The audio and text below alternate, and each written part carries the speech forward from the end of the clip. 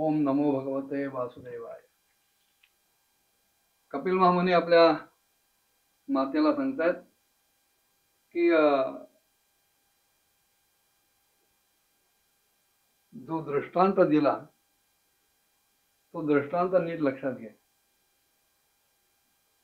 बाहेरच्या आकाशातल्या सूर्याचं प्रतिबिंब भांड्यात असलेल्या पाण्यात पडलं आणि त्या पाण्यातल्या हालचालीमुळे ते जे प्रकाश किरण परावर्तित झाले ते भिंतीवर पडून भिंतीचं ज्ञान झालं. तसं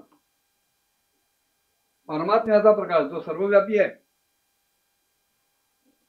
त्याचा प्रकाश हृदयाच्या किंवा अंतःकरणाच्या थाळीवर पडून तिथून तो संसाराच्या भिंतीवर पडतो आणि मग संसारातले सगळे पदार्थ, सगळ्या घटना, सगळ्या व्यक्ती, हृदयातले विचार, भावभावना यांच्या तरंगामुळे त्या सगळ्यांचं त्याला भान येतं. तेव्हा तुला जी भीती वाटते की हा पुरुष प्रकृतीमध्ये सतत फसत राहील, त्याला मुक्त होता येणार नाही, कारण तो प्रकृती वाचून राहू शकत नाही आणि प्रकृती पुरुषा वाचून राहू शकत नाही. याचं उत्तर एकच आहे की मुळात प्रकृतीशी आधी असलेला जो संबंध आहे तो नीट विचारपूर्वक आणि अभ्यासानं तोडायला पाहिजे. त्यासाठी निष्काम धर्माचं पालन व्हायला पाहिजे, भगवंताची तीव्र भक्ती करायला पाहिजे, माणसानं सतत सावध राहायला पाहिजे, दक्ष राहायला पाहिजे.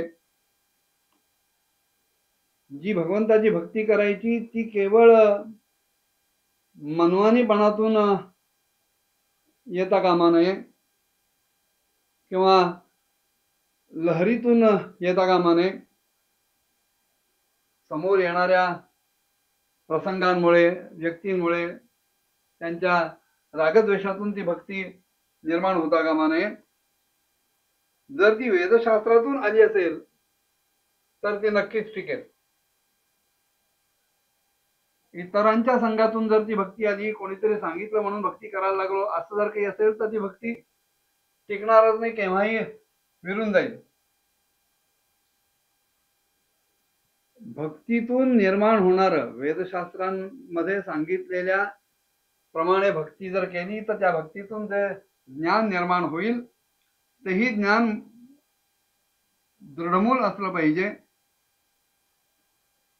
आत्मवस्तूचा यथार्थ साक्षात्कार घडवणारा असला पाहिजे आणि त्याचबरोबर चित्तामध्ये तेवढंच बळकट असं कडकडीत वैराग्यही असायला पाहिजे. भगवत प्राप्तीसाठी जी काही तपस्या करायची त्या तपस्येतून योग यायला पाहिजे आणि त्या योगातून जी शेवटची समाधीची अवस्था आहे ती समाधीची अवस्था सुद्धा तीव्र समाधी असली पाहिजे. असं करता करता साधन, अभ्यास इत्यादींनी प्रकृतीचा पूर्ण लय व्हायला पाहिजे आणि मगच खऱ्या अर्थानं प्रकृती पुरुषाचा विवेक घडेल.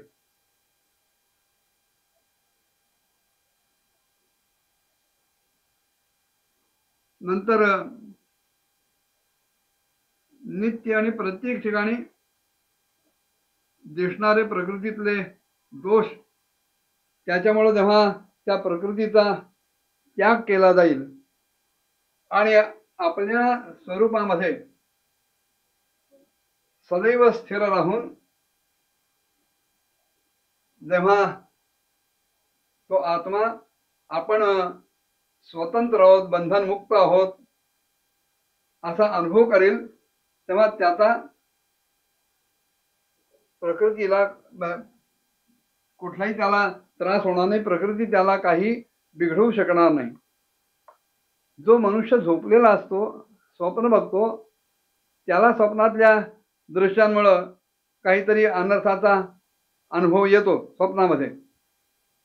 त्या गोष्टींचा स्वप्नात काहीतरी प्रतिकारही केला जातो, पण जेव्हा ते स्वप्न तुटतं, मनुष्य जागा होतो, त्या स्वप्नातल्या कुठल्याही गोष्टीबद्दल त्या अनर्थाबद्दल त्याच्या चित्तामध्ये कुठल्याही प्रकारचा मोह राहत नाही. त्याचप्रमाणे जेव्हा तत्वज्ञान होतं आणि तो जीव केवळ माझ्याच ठिकाणी आपलं मन लावून राहतो, तेव्हा अशा आत्माराम असलेल्या मुनींचं प्रकृती काहीही बिघडवू शकत नाही.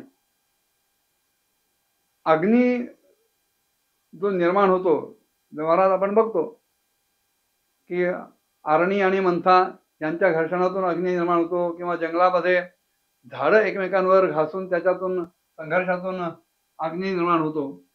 पण हाच अग्नी त्या झाडांनाही जाळून टाकतो. आरणी मंथातून निर्माण झालेला अग्नी आरणी सुद्धा जाळून टाकतो. तसं जर आपण निष्काम भावानं आपलं स्वधर्म पालन करत करत अंतःकरण शुद्ध केलं आणि दीर्घकाळपर्यंत भगवंताच्या लीला कथा यांचं श्रवण केलं, तर त्याच्यामुळं पुष्ट होणारी जी तीव्र भक्ती आहे त्याच्यातून तत्व साक्षात्कार होईल आणि मग अशा जीवाला प्रकृती कुठल्याही प्रकारे त्रासदायक होणार नाही. सदैव जर आपण आत्मचिंतनात मग्न असू तर त्या जीवाला ब्रह्मलोकापर्यंत सगळ्या प्रकारच्या भोगांपासून वैराग्य निर्माण होतं. माझा जो धैर्यशील असा भक्त आहे त्याला माझ्याच कृपेनं तत्वज्ञान प्राप्त होईल आणि मिळालेल्या आत्मानुभूतीद्वारे त्याच्या ठिकाणचे असलेले सगळे संशय निवृत्त होतील आणि मग लिंगदेहाचा नाश झाल्यानंतर एकमात्र मीच तिथे उरेन आणि तो अशा ठिकाणी जाऊन पोहोचेल की जिथून परत येणं हे घडणार नाही. यद्गत्वा न निवर्तन्ते तद्धाम परम मम असं भगवद्गीतेचे सांगितलं आहे. ते जे स्थान आहे त्या स्थानाला हा योगी, हा विवेकी जाऊन पोहोचेल. त्या योग्याचं जर चित्त योग साधनेने वाढलेल्या मायामय अशा अनिवादी सिद्धींमध्ये अडकलं नाही तर तो निश्चितपणे अविनाशाच्या परमपदाला प्राप्त होईल की त्या पदाशी गेल्यानंतर मृत्यूचे सुद्धा डाळ शिजत नाही, मृत्यू सुद्धा त्या व्यक्तीला बाधक ठरत नाही. पुढे कपिल महामुनींनी माता देहूतीला काय काय उपदेश केला पुढच्या भागात बघूया. ओम नमो भगवते वासुदेवाय.